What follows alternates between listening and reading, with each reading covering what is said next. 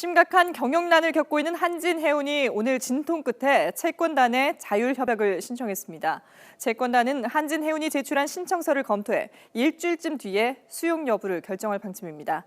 취재기자 연결돼 있습니다. 유투건 기자. 네, 경제부입니다. 채권단의 강경한 방침이 알려지면서 온갖 추측들이 무성했는데요. 네네. 자율협약 신청서를 결국은 제출했군요.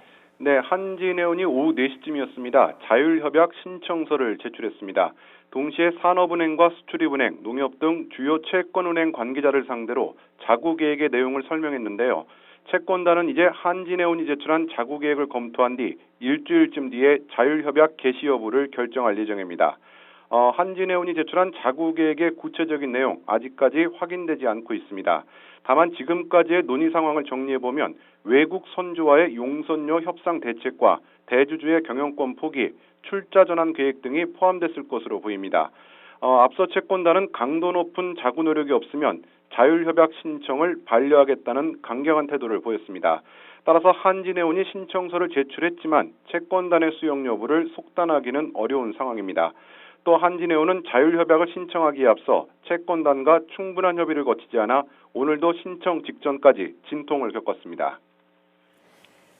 내일은 정부가 구조조정을 위한 범정부 협의체 3차 회의를 여는데요. 네네. 이 자리에서 현대상선과 한진해운의 합병 문제도 다뤄질 수 있을까요?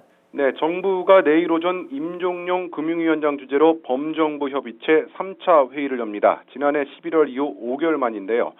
이 자리에서 해운과 조선업의 구조조정 방안, 그리고 야당이 강력하게 요구하고 있는 실업 대책 등이 집중적으로 논의될 전망입니다. 하지만 시장 일각에서 거론되는 현대상선과 한진해운의 합병이나 조선업 빅3 간의 합병 방안은 고려하지 않을 것으로 보입니다.